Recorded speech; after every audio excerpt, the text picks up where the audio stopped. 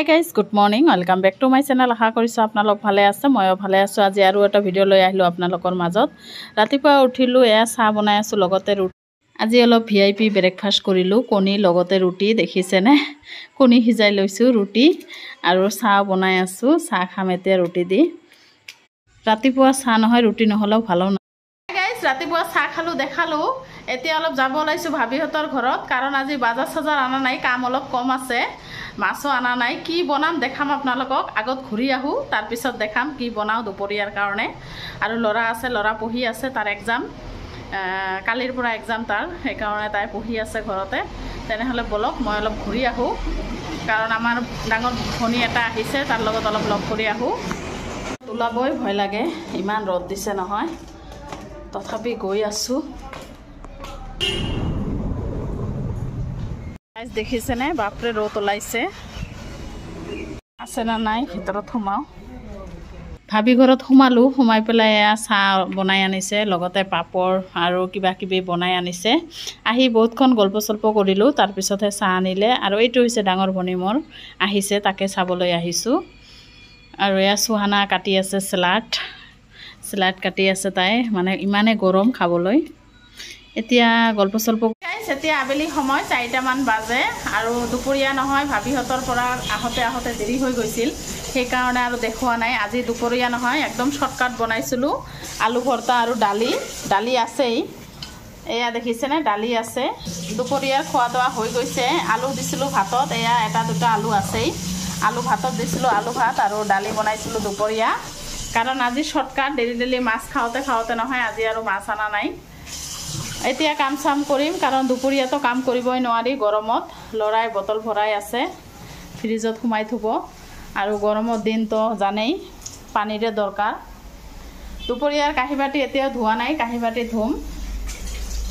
আৰু ঘৰটো মুচি ল'ম, ঘৰ মোচা নাই, ৰুম দুটা মুচি ল'ম। আৰু ইমান গৰম নহয়, বিছনা চিছনাবিলাক আকৌ ঝাৰি ল'ম। ফেন দেখিছেনে, নুঘূৰাই, অলপকৈ ঘূৰে। বাহিৰত আহিলোঁ, আৰু ল'ৰা ইয়াতে পঢ়ে, মানে তাই ইয়াতে বহি পঢ়ে, কাৰণ আলহী চালহী আহে নহয়, সেইকাৰণে। আৰু কি পঢ়িব, গৰম নহয়, অলপ চলপ আছিল। আৰু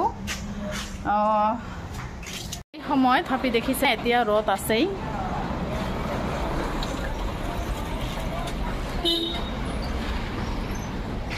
ইমান ধুনীয়া ফুল লাগি আছে নহয়, ধুনীয়া লাগিছে নহয়, এইটো এটা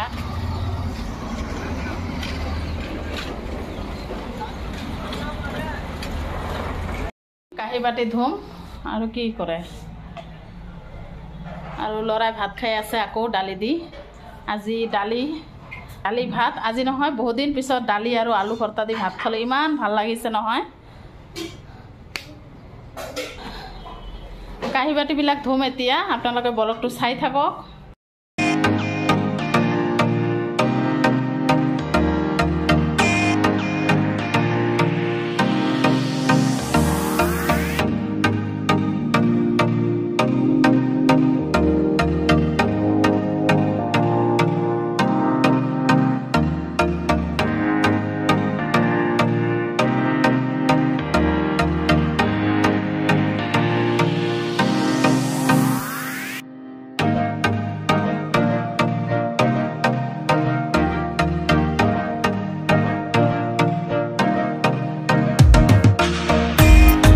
চাদৰ ওপৰত আহিলোঁ, ঘৰ মুচিলোঁ, ঘৰ চাফা কৰিলোঁ। আৰু বাৰ নহয়, ঘৰটো মুচি লওঁ, কাৰণ ইমান হিট হৈ থাকে। এতিয়া অলপ চাদৰ ওপৰত আহিছোঁ, ঘূৰা ফুৰা কৰি আছোঁ।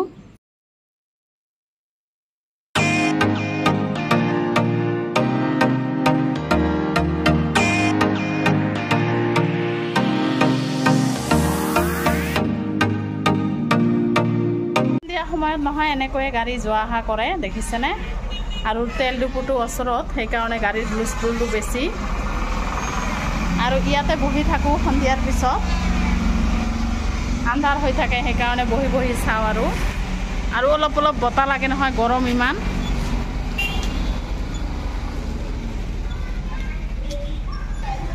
এতিয়া চাহ বনাম, আৰু ল'ৰা ইয়াতে বহি আছে, ফেন লৈছে, আৰু তাই ইয়াতে বহি আছে, কাৰণ এইটো ঘৰত নহয় ইমান গৰম, ঘৰৰ ভিতৰত ইমান যে গৰম নহয়।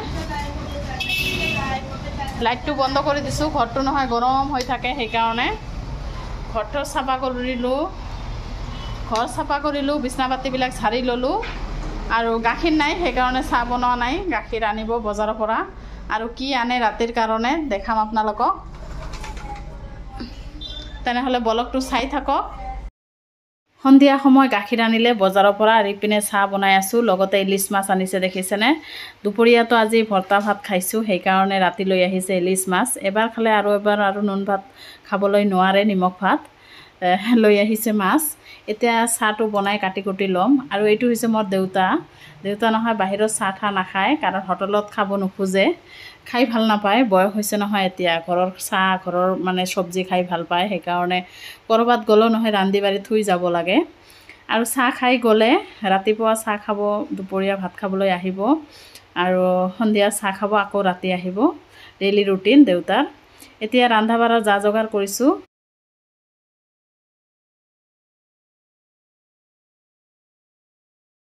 মাছখিনি উঠাই বেঙেনাটো মজাই আছোঁ দেখিছেনে আৰু ইলিচ মাছ নহয় বেঙেনা দি খাবলৈ ভাল লাগে আৰু ইপিনে কেইটুকুৰামান ফ্ৰাই কৰি আছোঁ এনে ইলিচ মাছ দুপৰীয়া দালি ভাত খাইছে এবেলা যদি দালি ভাত খালে তেনেহ'লে আনবেলা মাছ আনিবই মই চাহও খোৱা নাই চাহ খাম এতিয়া অলপ গা চা ধুই আহোঁ তাৰপিছত চাহ খাম আৰু মোবাইলটোত নহয় চাৰ্জ নাই চাৰ্জ দি লওঁ তাৰপিছত আহি আছোঁ আপোনালোকক কিছুমান কথা কম আজি তেনেহ'লে ব্লগটো চাই থাকক